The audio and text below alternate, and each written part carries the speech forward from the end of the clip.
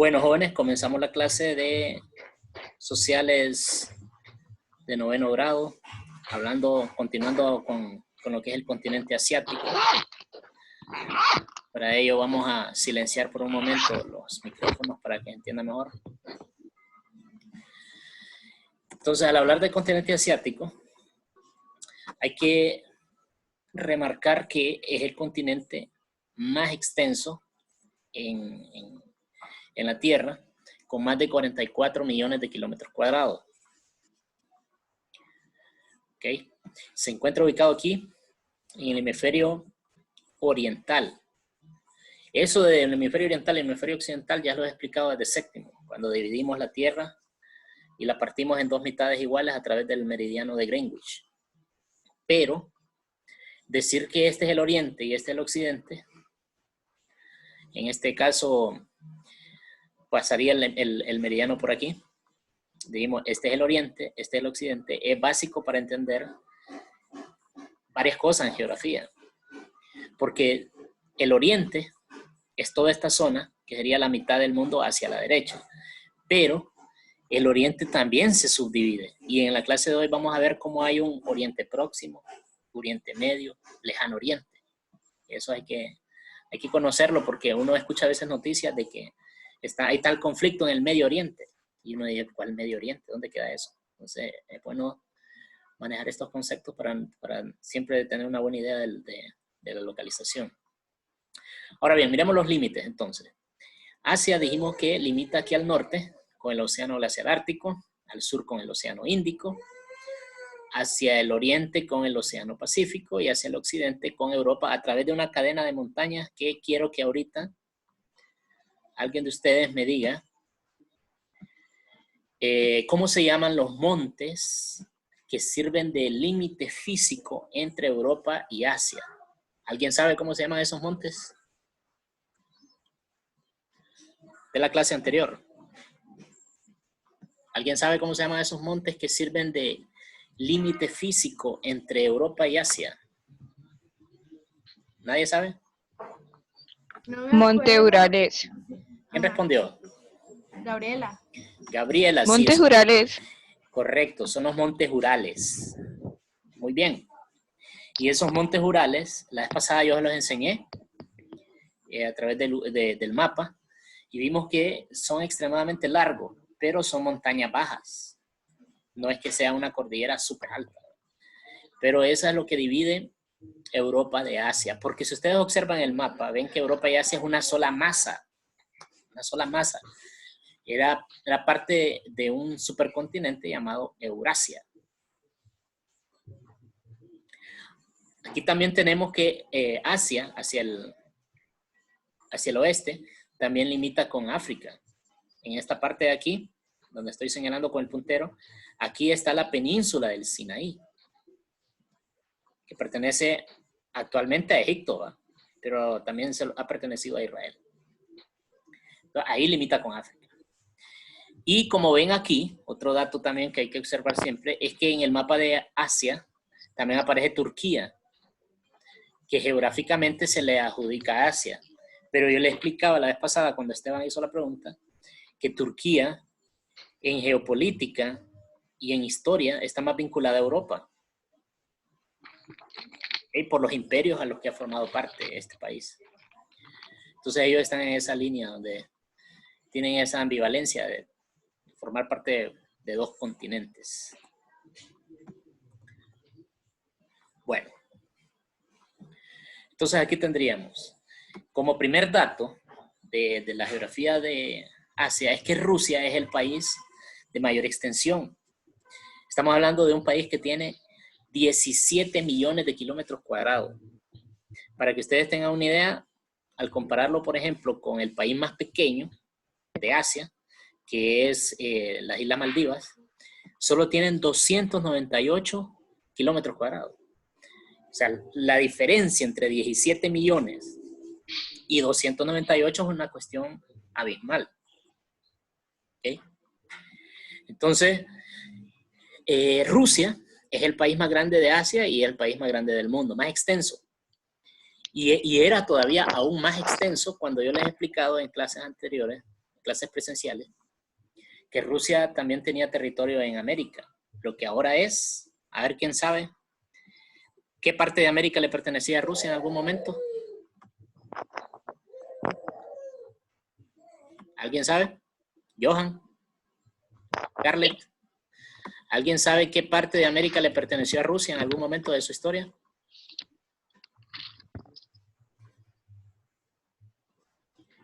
Ajá, nadie. Es Alaska, jóvenes. Alaska actualmente le pertenece a Estados Unidos, es un estado de Estados Unidos, pero Estados Unidos lo compró a Rusia, ese territorio, por $20 millones. Y ahora Estados Unidos extrae petróleo como $20 millones al año. Entonces, 20 millones es demasiado poco. La cantidad de petróleo que extrae Estados Unidos de Alaska es enorme. Y imagínense que Rusia lo vendió por la hambruna que estaban padeciendo en esa época. Y vendió su fuente de petróleo sin saberlo, ¿verdad? No sabían que ahí habían pozos petroleros. Bueno, aquí podemos ver en un mapa mundi una representación gráfica de la población. Y podemos ver que donde está en un tono de azul más fuerte es donde más población hay en el mundo. Y aquí lo tenemos a China y a India con más de 1 billón de habitantes. Más de 1 billón. Entonces, aquí donde se concentra en Asia la mayor cantidad de población en el mundo. Es aquí precisamente. China y la India cubren entre ellos el 60% de la población de todo el mundo. O sea, todo el mundo está concentrado, el 60% de toda la población está concentrada en esta zona. Densamente poblado. Por eso ellos han tomado medidas para tratar de que la tasa de natalidad sea menor. Y en la parte de la geografía humana, ustedes pueden observar esta imagen, en Asia hay una gran cantidad de grupos étnicos y de características raciales bien marcadas. Hay tanto semitas o árabes o bereberes, como también hay gente de características mongoloides. También hay gente caucásica, blanca, y también hay gente negra, ¿verdad? Entonces es un gran abanico de población la que hay en Asia, donde se encuentra prácticamente de todo. ¿Cuántos países conforman este continente? Bueno, recuerden ustedes que la cantidad de países va a depender del momento en el que estemos hablando, ¿no? Porque, por ejemplo, en este caso, actualmente estamos hablando de 48 países, pero tenemos un detalle y aquí es Vietnam. En este mapa, Vietnam lo hacen de color amarillo igual que China, cuando Vietnam está exigiendo que se le considere país independiente. ¿Okay? Igual, aquí en esta zona está Palestina, pero en el mapa no se observa. Y Palestina es un país que está pidiendo que se le considere país independiente. O sea que junto con junto con Palestina y Taiwán, serían 50 países. Hay una gran cantidad de países en esta zona del continente asiático. Es el más grande, por lo tanto, va a tener la mayor parte de la población y la mayor parte de países. ¿Qué otro nombre se le conocía? Eurasia. Pero Eurasia es en aspectos de la masa continental. Se le conoce como Eurasia. Voy a habilitar el micrófono si hay alguna pregunta. Algo del tema. ¿Alguien que quiera agregar algo? Es su momento, jóvenes. ¿Alguien que desee agregar algo? ¿O que tenga alguna duda de esta clase o de la clase anterior? Aquí tenemos el mapa orográfico de Asia. Estamos hablando del mapa orográfico, donde siempre se va a notar dónde están las llanuras, dónde están las principales depresiones y las elevaciones del relieve. Aquí vamos a ver también los principales ríos de la meseta. Bueno, con solo observar el mapa orográfico de Asia, uno puede notar que aquí en medio hay una zona que resalta bastante, que es la meseta del Tíbet y la cordillera de los Himalayas. Recuerden, yo les expliqué, la India antes era una isla.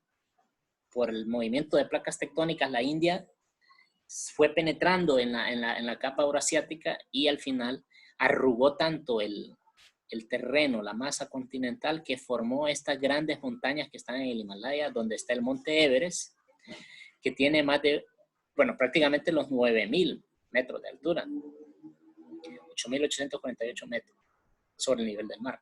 Es la montaña más alta del mundo. También hay mesetas que son bien importantes aquí en Asia, como la meseta de Irán, que está aquí. Está también la meseta del Deccan, que está aquí en la India. Está la meseta de Siberia Central, que está aquí en el norte de Rusia. Y hay varias mesetas más. Hay mesetas aquí en la meseta de la península de Sinaí, pero no aparece el nombre. Y recuerden ustedes que las mesetas son en una serie de montañas pequeñas y que tienen la característica de ser planas arriba. En la parte superior son planas. Es un altiplano, una meseta es lo mismo. Aquí también vamos a ver que están los montes Urales, que dividen Europa de Asia. Pero también tendríamos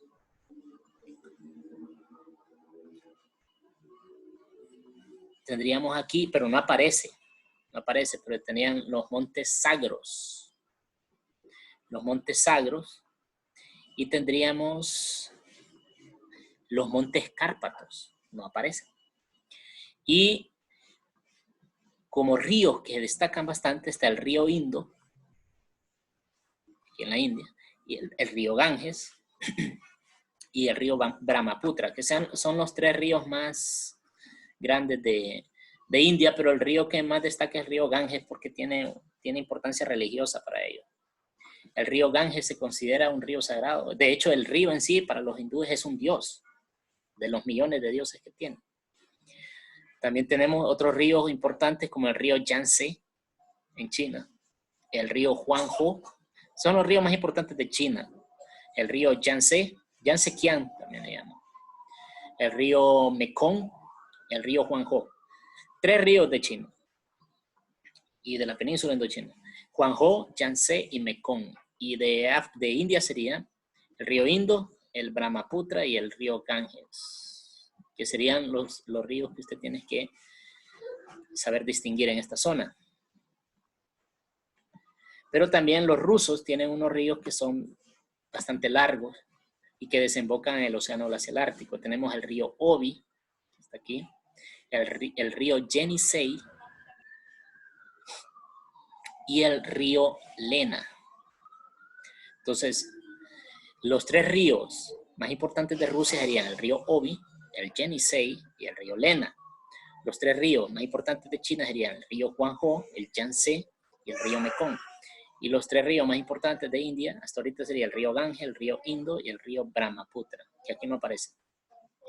Por este lado aparecen los ríos más importantes de la meseta de Irán y de esta zona de aquí de Oriente Medio. Tendríamos el río Tigris y el río Éufrates, que en medio queda una llanura, que es donde actualmente es Irán, y que en la Biblia lo mencionan, estos ríos lo mencionan desde el Génesis, porque según los relatos bíblicos aquí estaría el paraíso y todo lo que pasó en los comienzos de la humanidad, según la tradición bíblica, estaría aquí, entre el río Tigris y el Éufrates, que lo mencionan en la Biblia. Ahora bien, otra cosa a destacar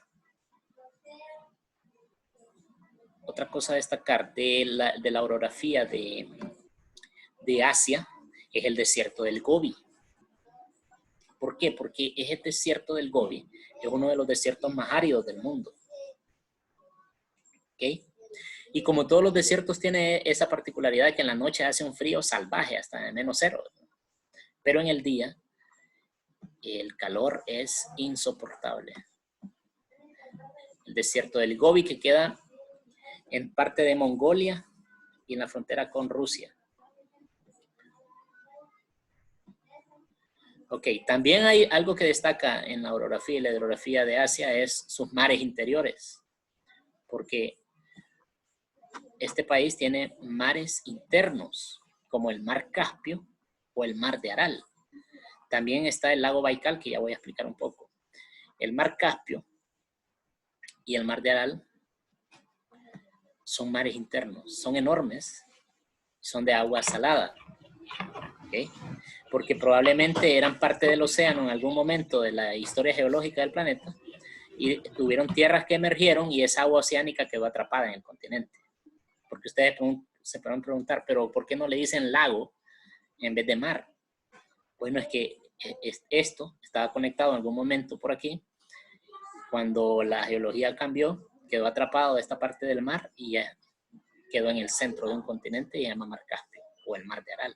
Son de agua salada. De hecho, aquí en esta zona se encuentran los mares más densos del planeta.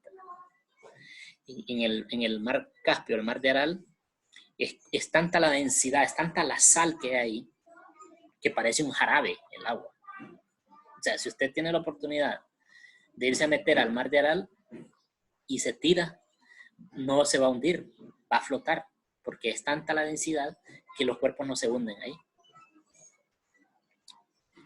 Y el lago Baikal, que queda por esta zona, pues prácticamente ha desaparecido. Hubo un problema aquí de sobreexplotación de los recursos y de utilizar el agua de este lago Baikal, que prácticamente lo desaparecieron y lo arruinaron todo. Es un desastre ecológico. Uno de los desastres ecológicos más grandes del mundo es lo que ocurrió con el lago Baikal. Eso lo pueden googlear ustedes para tener más información al respecto.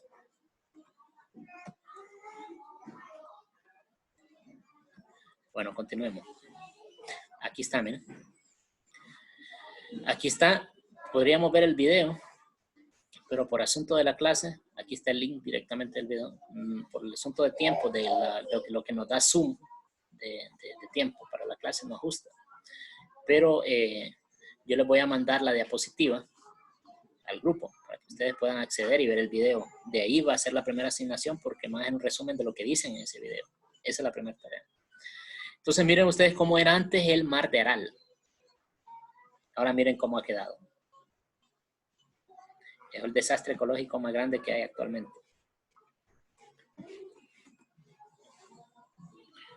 Tenemos una fotografía panorámica de los Himalayas. Pueden ver ustedes que está totalmente cubierto de nieve porque a 8.000 metros de altura el frío es terrible. Todos los picos de las montañas están cubiertos de nieve y la cantidad de oxígeno es tan poca que una persona ahí, si no está preparada, se puede desmayar. Eso es lo que le ha pasado a muchos de los que han pretendido subir los montes Himalayas. Bueno, ¿alguna pregunta, jóvenes? El video que les dije yo que van a ver, se van a meter a la diapositiva o yo les voy a mandar el link mejor directamente. Y me van a hacer un resumen de lo que ha pasado ahí en el Mar de Aral y en el lago Baikal. ¿Okay? ¿Hay alguna inquietud, alguna pregunta hasta ahorita? ¿Me escuchan? ¿Le están entendiendo a lo que digo? ¿A lo que estoy asignando? Y todo está bien claro, profe. Bueno, pues. Entonces, Sí, está bien. Pasemos aquí y hablemos un poquito de los idiomas que hablan en Asia. Asia, al ser de una gran variedad de grupos étnicos, porque es increíble ahí la variedad de grupos étnicos que hay. Pues ahí hablan, en su mayoría van a hablar chino mandarín porque más de 1 billón de personas de ahí son chinos y hablan chino mandarín. También otro idioma muy hablado es el hindú en segundo lugar porque la India tiene también más de 1 billón de habitantes y el idioma oficial de la India es el idioma hindú, aunque hablan como 300 dialectos más, pero el oficial es el hindú. Entonces el hindú y el chino mandarín son los más hablados.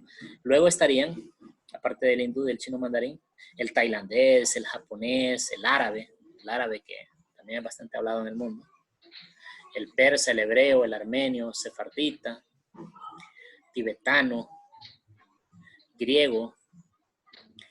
Cuando dice griego, ustedes pueden preguntar, pero Grecia es parte de Europa, ¿qué hacen hablando griego en Asia? Pues miren, los griegos en el periodo de las conquistas de Alejandro Magno llegaron hasta la India y fundaron ciudades en el trayecto de sus conquistas. Entonces hay muchas ciudades en el oriente, en el lejano oriente, donde hablan griego por las conquistas de Alejandro Magno. Ahora, hay otra característica que hace a los asiáticos culturalmente muy reconocidos, y es que ellos tienen mucha disciplina en todo lo que hacen. Culturalmente son gente que son determinados a hacer lo que se proponen. Y también una de las cosas que lo faculta es tener ese carácter o esa filosofía de vida basada en el honor, en si ellos dan su palabra, en cumplirla, en ser responsables y cumplir hasta el último extremo. Y parte de esa filosofía del confucianismo y de la filosofía de la cultura asiática son las artes marciales. Las artes marciales en Asia no es un deporte como nosotros entendemos el deporte en América o en Europa. Solo es una actividad recreativa, como un hobby.